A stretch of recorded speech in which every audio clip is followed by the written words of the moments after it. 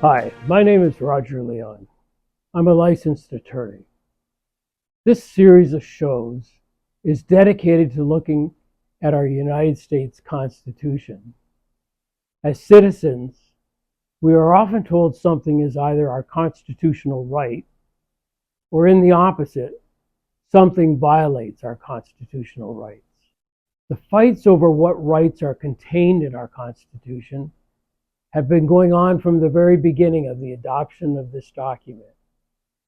And we are going to see how those fights or disputes arose and are still occurring. But let's start with the actual document, the Constitution of the United States, and see what the written words are from our founding fathers, those men who wrote these rules down as we concluded our fight for independence from Great Britain, ceasing to be colonies of Great Britain and forming our own country. For many years, I have carried a copy of our Constitution with me, and often refer to it when disputes or disagreements arise over what it says. Today, we'll start with what it says, and as we go along, we'll explore what various generations have interpreted the words to mean, which meaning have changed over time. When we explore the meaning of various words and sections of the Constitution, I'll be inviting our listeners to join the discussion and share their understanding of our Constitution. There are many constitutional scholars in the United States who have dedicated a good part of their life to understanding this document. And it is probably no surprise that between them, there are few sections or words in the Constitution where they are all in agreement with the meaning of the words. And I think as we go along and through this, you'll see why. So let's get started. The preamble of the Constitution is arguably simple. It begins, "We the people of the United States, in order to form a more perfect union, establish justice, ensure domestic tranquility, provide for the common defense, promote the general welfare, and secure the blessings of liberty to ourselves and our posterity, do obtain and establish this Constitution for the United States of America." Well, that all seems pretty straightforward, doesn't it? But just consider some of the words and how you would define or what you would say is the meaning. How can something, for example, be more perfect?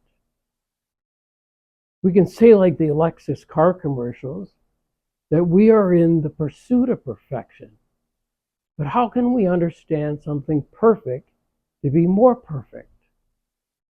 Were our founding fathers saying the union of the original states was indeed perfect?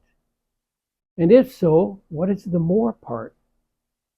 I just use this as an example of what we are going to see in our Constitution that has generated more than 250 years of dispute and controversy over the meaning of the words contained in that document.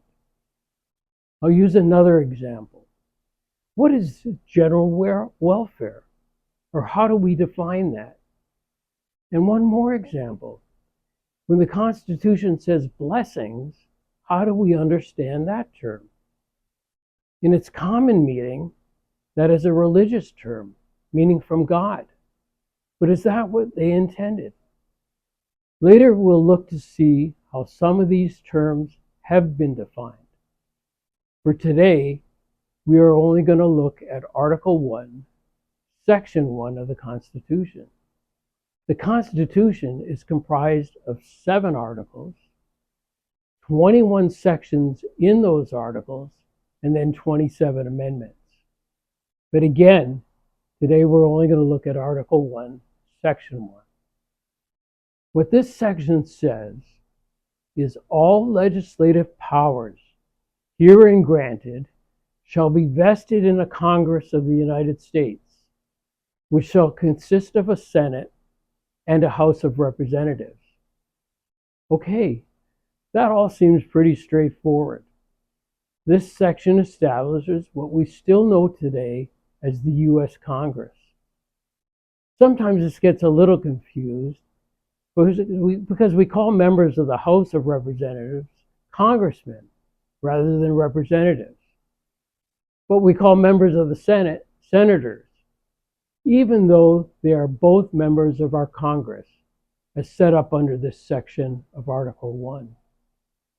The other interesting aspect to this section is the language that says, all legislative powers herein granted.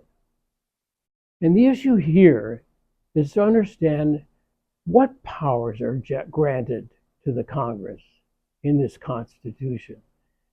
Since what this seems to be saying is that only those powers granted in this document are allowed to our Congress. Again, we'll see if that is the meaning that has been adopted for those words.